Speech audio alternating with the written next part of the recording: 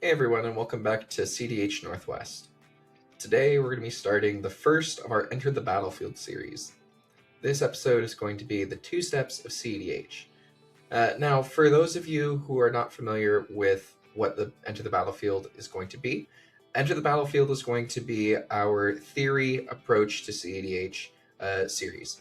And this means that we're going to be talking about a lot of concepts that I think about, that we talk about in the Northwest when it regards like the game, how to approach the game, things like sort of like how to approach the meta game, different thought processes that we have. And I think that this in general doesn't really get talked about in regards to CEDH enough, sort of like that more theory-based approach as opposed to this card is good, this card is powerful, we should be playing this deck because it's the meta deck type deal.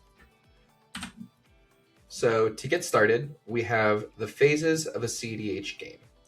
This isn't going to be super duper relevant for most of the discussion, but I do think it is important to lay this out because there are going to be other episodes that will try to build off of the concepts developed in this game, and so we'll probably end up revisiting these later, but we can also talk about them a little bit as we evolve this concept.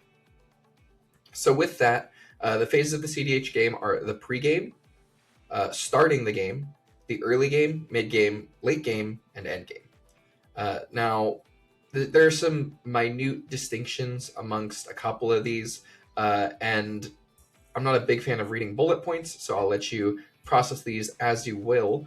But for the most part, the step 1 and 2 of CEDH are going to exist throughout the early game to late game stages of CEDH game. We're not really going to address all the things that come into play during the pre-game, the starting game, and the end game, because what we're really going to be focusing on is step 1 and step 2. So step 1 is don't lose the game. Step 2 is attempt to win the game. Now, some people are going to immediately have the gut reaction of, well, my deck's like Ral or Rogsai or something. I'm a fast deck. I'm attempting to win the game. I don't try to not lose the game. And I would counter this argument by saying that you do. And we'll get into that in a second here.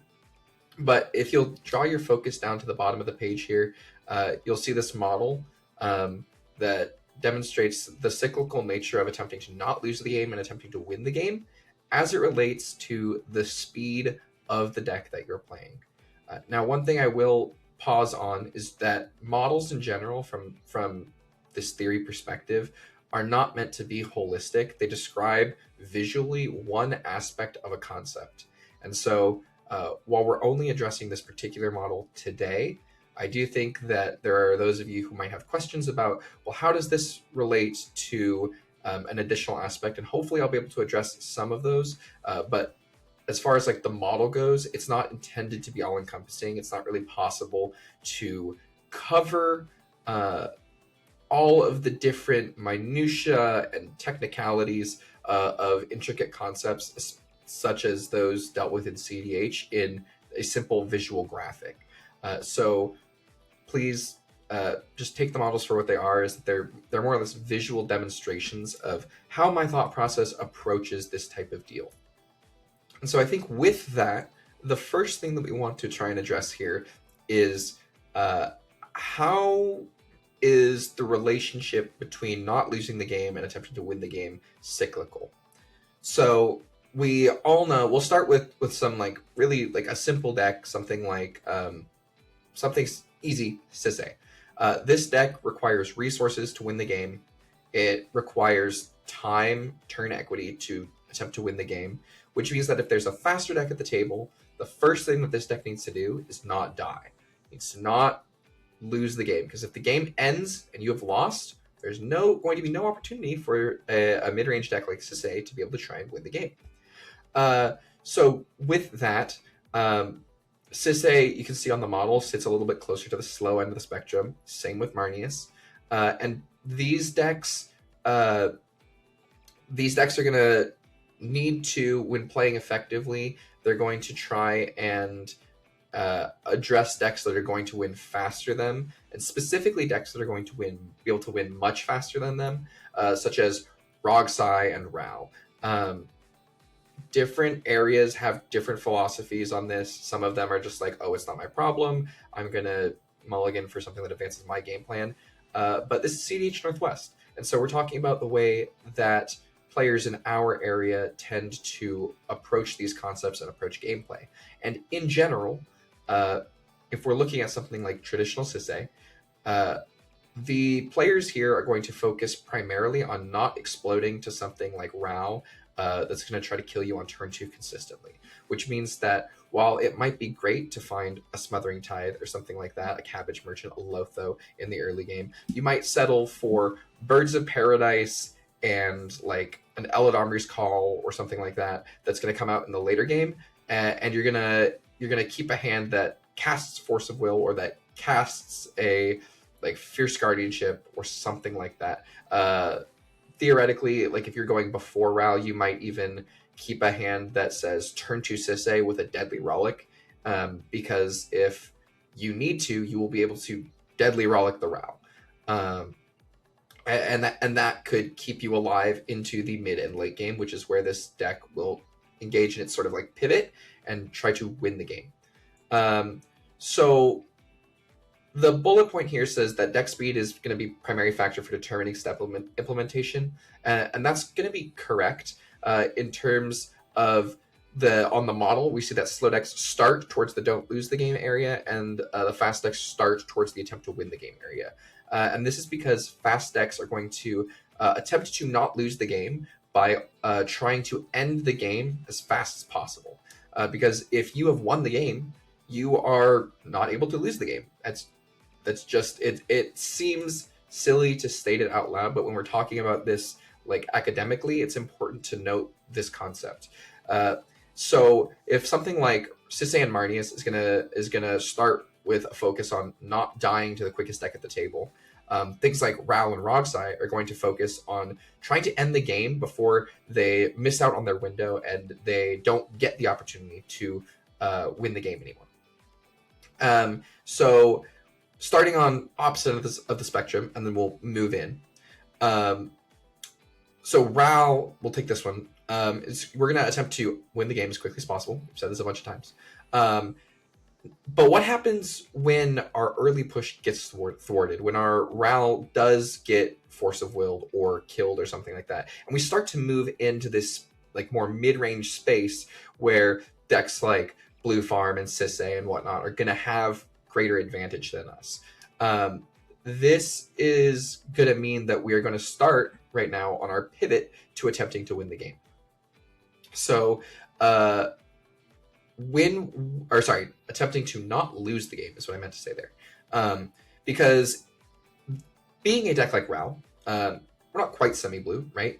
We play things like Fierce Guardianship, like a Force of Will or whatnot, and our windows might open up later in the game. So what we need to make sure is that we get the chance to try and exploit that window later as it comes up. Meaning that we need to see a turn where we have the resources and the capacity to try and jam our win, right?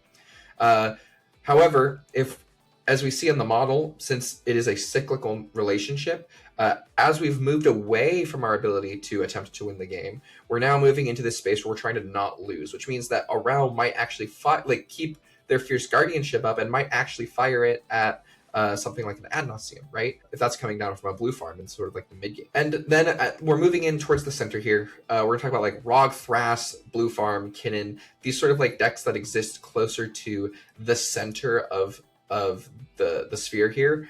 These decks are considered some of the best decks and incredibly powerful because of their ability to just kind of flip the switch whenever they want. So if you think about it like this, Marnius exists on the spectrum given in this visual, exists on the super far end of slow. This means that out of the decks described, it's going to be the slowest deck. We're going to start the game, and we're going to have to attempt to not lose the game to basically every single other deck on this diagram before we can attempt to win the game successfully. Obviously, all of these decks are capable of winning earlier based upon mulligans, based upon luck of the draw, right? So we're going to be factoring out, for the purposes of our academic discussion, all of the like outlier god tier hands and whatnot. That means that typically, looking at when you look at Marnius, it's going to be like an engine-based deck, right? Something that you see in the PNW. Because you're going to try and resolve like a Lotho or a Tarutar or a Smothering Tide, then pick up extra resources and pick up extra cards. And in the meanwhile, while you're hunting through your deck, seeking a way to sequence into your win, you're going to be able to use the interaction that you're drawing along the way to keep other people from killing you. Now, when we pivot around this cycle here, once again, still talking about Marnius, we're going to see that the deck is going to have to answer something like Ral on the extreme spectrum, and then it would have to answer Rogsnine next. It answers Blue Farm after that, and it answers Rogthras. Now Sisay is going to try and win. We're going to have to answer Sisay with like an opposition agent or a well-timed removal spell or something like that. And now it's Marnius' turn to win. And Marnius' turn to win, now that we're down at the bottom of the circle here, it took us forever to climb over the right side of that sphere, right? And to try and get down to this point where we're attempting to win the game, according to the model. But because it took us so long to get here, these other decks will have exhausted their resources, and sure, they might be able to try and push again over the top or something, but typically speaking, most of the decks are going to have exhausted their resources, or have just been foiled on their first attempt or so, which means that our window to try and win the game is going to be a lot bigger. It's going to last a lot longer. And that's sort of the advantage to playing these slow decks, these decks that can't pick up and try and win the game immediately, is that this concept of inevitability that exists around things like Sisay and Marnius, these slower decks, means that because the more inevitable the deck is, the longer it typically tends to take towards getting to that position where it can try and win the game. But then once we get there, this range before we have to pivot back into not losing the game is also just as long. And so we're crawling back up that left side towards don't lose the game just as slowly as we crept down the right side to get to the point where we can win the game. And this is really useful because it means that we can more or less push a win attempt, whether it's this turn and or the next turn together, or if it's just we go Thassa's Oracle and it doesn't work. Okay, go next turn. No one else can present yet. We're still locking him down with our control magic. We untap again. We get to go, okay, Hullbreaker Horror.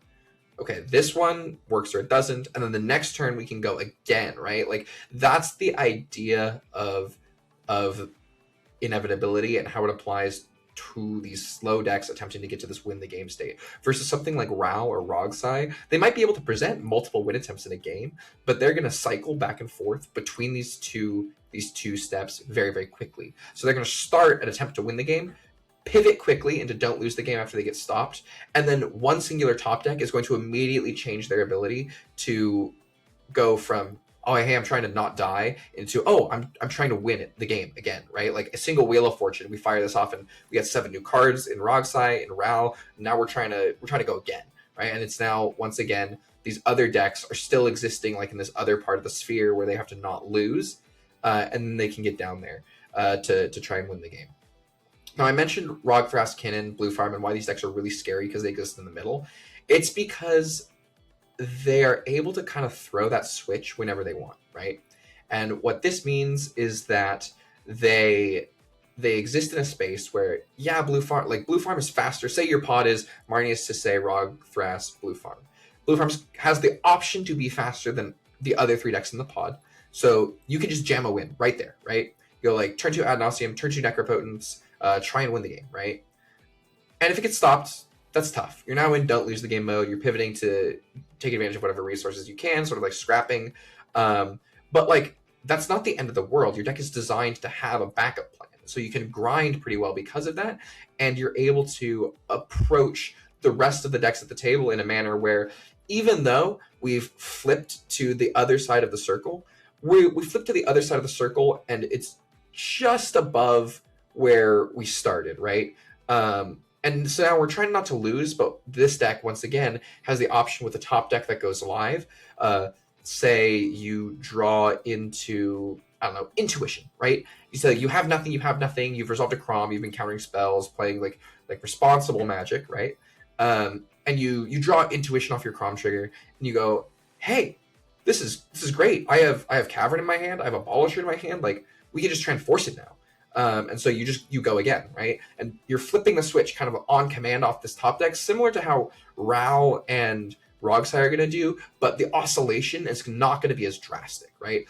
Versus if you invert and you say your pod is Rogthras, Blue Farm, Rogsai, and Rao, Rao and Rogsai are going to try and kill you really quickly. And while Blue Farm can jam faster than Rogthras, because of the black spells and the permutations of like Necropotence and Ad Nauseam, things like that, Rogsai can go even faster and Rao can go even faster than that, which means that it is the responsibility of these other two decks, the partner decks, Rogthras and Farm, to make sure that they don't explode before they can present a win. Because even though they can throw the switch really quickly, they have to get to a point where they do. And sometimes, yeah, you'll mulligan down. The permutes will be like set up where, yeah, I have a turn 2 Nas on like a Multa 4 or 5 or whatever in Blue Farm. Since like you just keep that, right? Your role is gonna position yourself maybe faster than Rogsai in that, or I guess if Rao Mult's super low and like had nothing to do, then it could position you faster. But that's sort of like the intricacies of individual games and not the theory of the relationship of these decks overall. Okay, so now we're going to move into sort of what it looks like to see Kitten, Blue Farm, Rogthras, and TNT in this pod together. So we just talked about like the oscillation ability of decks like Kitten, Farm, Rogthras to switch quickly between attempt to win and attempt to not lose. TNT doesn't quite exist in that space, right? Like, yeah, you could early Oracle, but is that really going to make it past Kinnan, who has a million counter spells, and Rogthras? Like, if you fizzle your attempt gets fizzled here, Rogthras is going to have so much mana, and maybe Blue Farm can follow it up over the top with a Born play or something. So let's assume that there's no variance of God Hands, because that's, like I said, the flat assumption of our academics is that it's going to be a stable relationship between these decks in general. What is the general trend of these decks going to show? That assuming no variance for God Hands, what would a typical 2-step distribution be among the 4 decks listed below? And then we'll go to the next slide, and it's going to show us sort of where these decks fall on that model that I had given you about step 1 and step 2. So I'll take just a couple more seconds to have people sort of like, you can think about it in your head, sort of piece through it, like work through, is Farm faster than Rogthras? Is Kinnan faster than TNT? Like, who's going to be attacking? Who's going to be like playing full defense? And now we'll go to the next slide. Okay, so with these 4 decks, we can see that TNT falls for the closest to slow on this spectrum. Kinnan is pretty much dead center. They have an A plus B combo with their commander that just needs an outlet. Rogthras is going to be a little bit slower than Kinnan. Going to take some extra turns because they have to develop their board state, find their cradle, things like that. And Farm is going to have the fastest option. Now we can work out, why is this? Why do these decks fall onto the spectrum like this? And the reason is going to be that Farm has the highest permutations of cards that it can mulligan through in order to present a win quickly. Things that directly convert into the game ending, or such an enormous board state advantage that there's really no coming back. And we can see this in like the relationship between turn 1 Dark Ritual to Necropotence, turn 2 Attempt to Kill You. They have Thassa's Oracle. They have Breach. They have Get to a turn 1 Rhystic Study, right? Like turn 2 Rhystic Study. They have 2 advantage engines in the command zone, tons of free interaction, just like the highest card quality on a lot of these cases that's possible, right? Rogthras is falling just below that, and the reason for that is that they don't have quite the same suite of tutors, but their game plan is so incredibly consistent and streamlined. It is get to cradle, it is develop bodies, it is spin Thrasios to put more lands into play, to play more bodies, to trigger more things, to untap cradle more, to see more cards, until we finally get to one of our 4 or 5 deterministic loops that makes infinite mana, allows us to see our library, and then you die. Kinnan representing the 2-card combo, like I mentioned, but it has fewer live draws that instantly kill you the same way that Farm top decks Intuition or top decks a Breach with a full yard and you just die. That Rogthras top decks Oboro or tutor for Oboro and you just die because there was already a Talon Gates on the field and the creature count is correct or whatever, right? Kinnan is going to more frequently than not try and turbo out an advantage engine of some variety, going to try and turbo out mana, and then do a thing, whether that's spin Kinnan or sit there and counter spells and draw cards and look for the perfect window and a way to get to their Basalt or their Hullbreaker Horror or whatever. But the permutes that they have to get through are just more numerous, right? They have to get into a board state, into a selection of cards in their hand or on their field that count to 7 for horror, that cast a spell to bounce a positive rock that they have to have, and then they can go off from there, right? So that's why it's sitting right in the middle there. But the ability of this deck to turn on a dime based upon, well, I drew Basalt off this Ristic Study, and I already have a Valley Flood Crawler on the battlefield that just is there, right? It's very fast. TNT, gonna fall on the slower side compared to these 3 decks at least, right? And there are a couple different versions of TNT. It's hard to gauge this across the whole. I think when I was putting this together, I was generally assuming that this was like an NBC, No Bad Cards, version of TNT with like Smothering Tithe and Hazel's Brewmaster, Creature Tutors, all that stuff, not like the Cradle Farm version, because that deck is just going to be kind of representing Rogfrast the same way, but just less directly efficient. And so I didn't really, for the purposes of this example, I didn't really plan out that this was going to be like a tree farm list, right? It's just classic TNT. So yeah, while you can Oracle combo, while you do have a 2-card combo that makes infinite mana in the form of Hazel's Brewmaster and Devoted Druid, right? Like, the ability for the deck to get there is just less efficient than Cradle combo, Cradle Storm, Rogthras executing its game plan, or Blue Farm top decking into Ad Nauseam with the Ritual for it on 2, or playing land, pass, and Latent Tutor at end step, go to my turn, second land, Rite of Flame, Ristic Study. Like, you can have those same permutations in TNT, but overall, you're going to be focusing more heavily on trying to develop whatever the advantage state that your mulligan allows you to, and not dying to these other decks first. You're going to be seeing Rogfrast, Kinnan in the same pod, and you're going to say, man, I got to get to Bowmasters. Man, I got to get to Ristic Study to answer Blue Farm, or Fish to answer, like, profit off of Blue Farm just chucking spells with Abandon, right? And so the opportunity of the deck to just win out of nowhere exists, certainly. It's why it's one of the best decks, but it's much lesser. And on top of that, your creature combos are just more mana intensive overall. Let's talk about what does this mean for the general points. The games are going to be dynamic, like I said. There are going to be games where a God Hand comes in, where somebody mulligans super well, and just has the nuts, or everyone mulligans into Oblivion and can't do anything. I was playing a game the other week where I was playing as 2 Rog Psy players and a Sisay Chowder, which is also a Turbo Ad Nauseam deck. Like, it's focused on just winning the game as quickly as possible. But all of my opponents mulliganed into Oblivion, right? So even though my deck is the slowest deck at the table, I play Kenrith. It's just going to be the slowest deck at that pod, right? Unless I have a God Hand, which I didn't. But my opponents had actual nothing to do for like the whole game, so I really wasn't in try and lose the game mode just off of that particular situation, right? And pregame discussions can impact the way that pilots see the game, the way that they mulligan, the way that they try and implement steps 1 and 2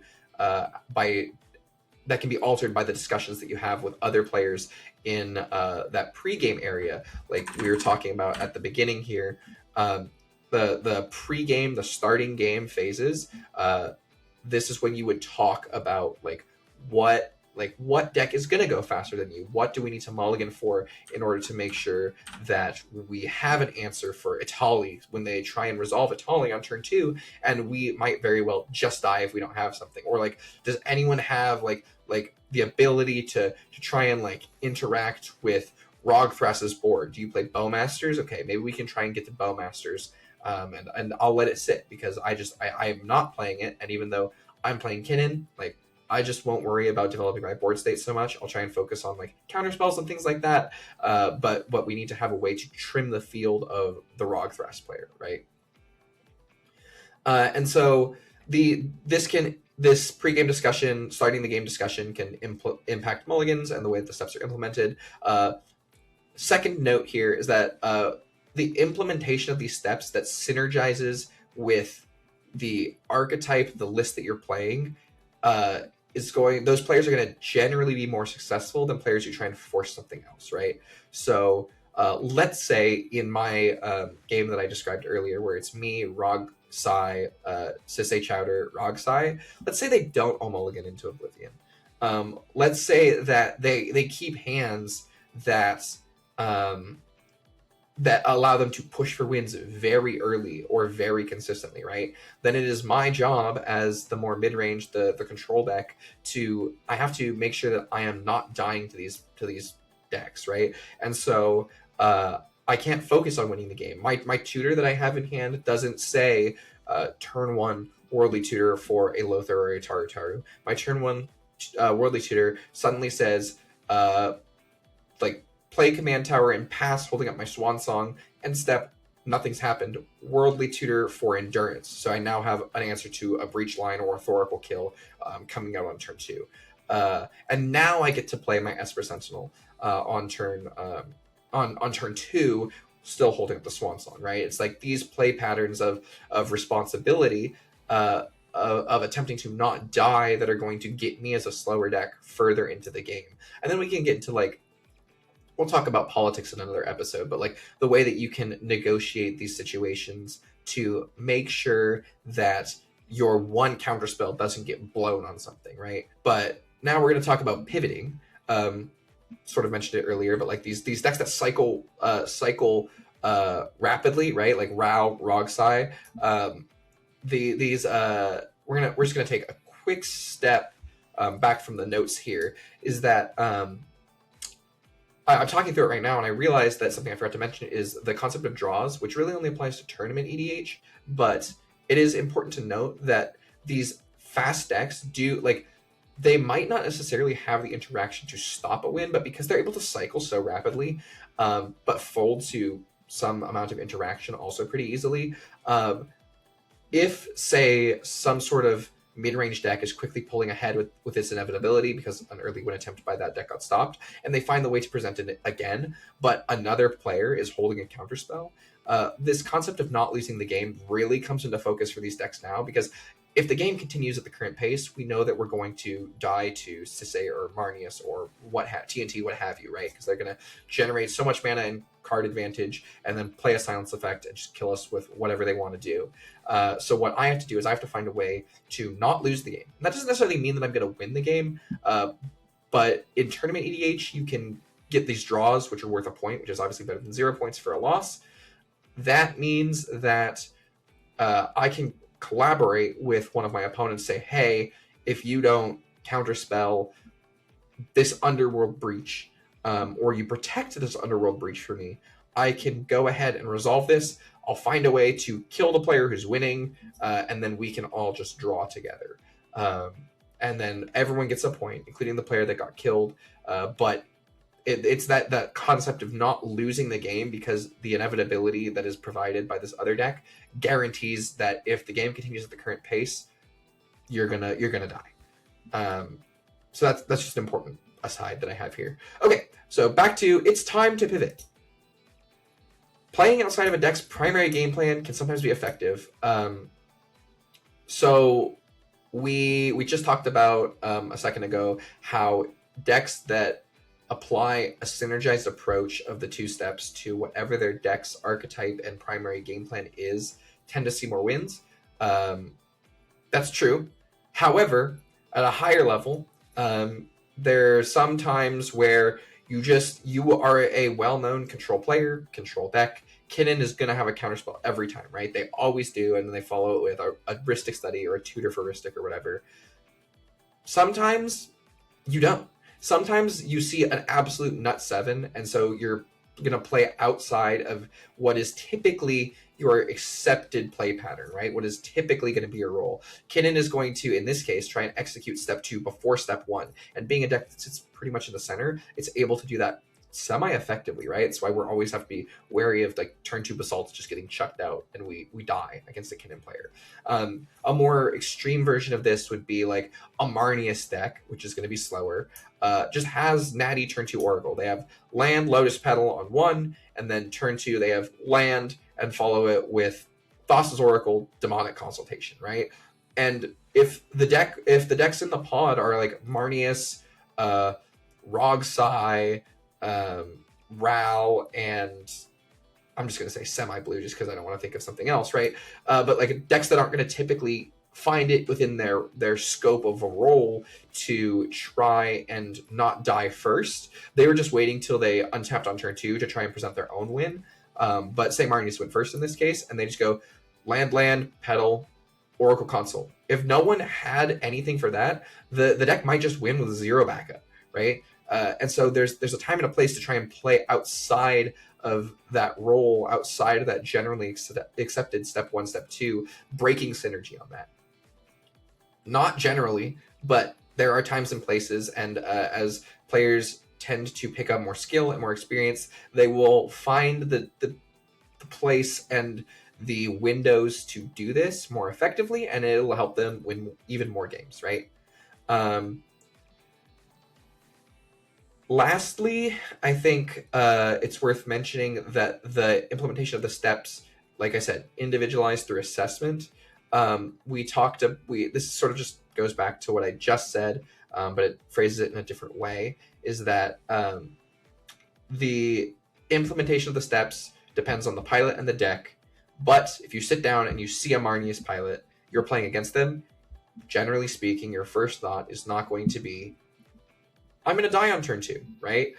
And that can lead to some distinct Brewer's advantages when decks break out of archetypes or traditional play patterns to do something like if you were playing just like Turbo Ad Nauseam in an Esper Shell. It's not typically something you're going to see, but it could be, right? And so it's something that players have to be aware of, and they have to think about when they're sitting down and evaluating their role, their deck speed, and what step they need to implement first within their pod.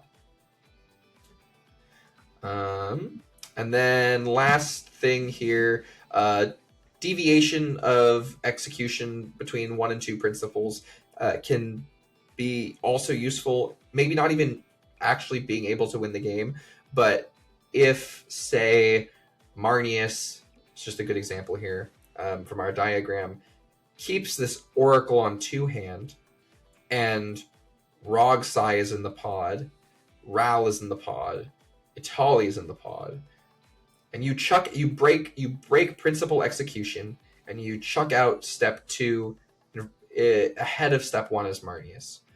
Well, Rogsai has Pact of Negation, and they do not want to cast it on your win because they die and get no chance to win the game if they do that. But if they don't, they 100% lose the game to this console, right? Well, this is also really good for Marnius because we can now, at least in tournament EDH, negotiate for that draw, that 1-point scenario, because barring some crazy opener with like all the counter magic and a draw engine and a mana engine in the world, and getting a little lucky too, right? Marnius is probably not going to win this pod.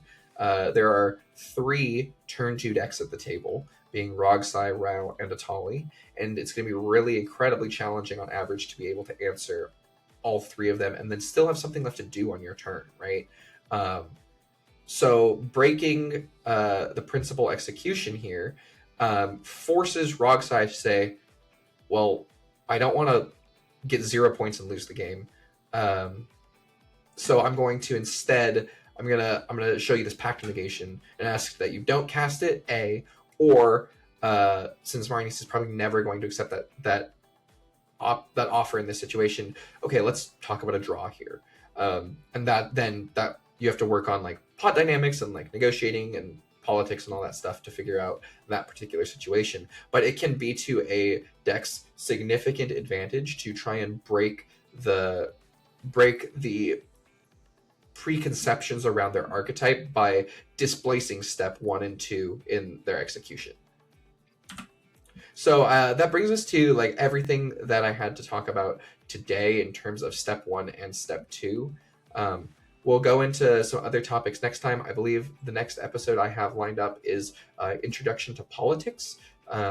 If you have any questions, of course, please feel free to comment, reach out, let me know. I love talking about it. You can please follow the channel. That'd be awesome. And then leave comments below if you have questions or thoughts or want to share what you're thinking.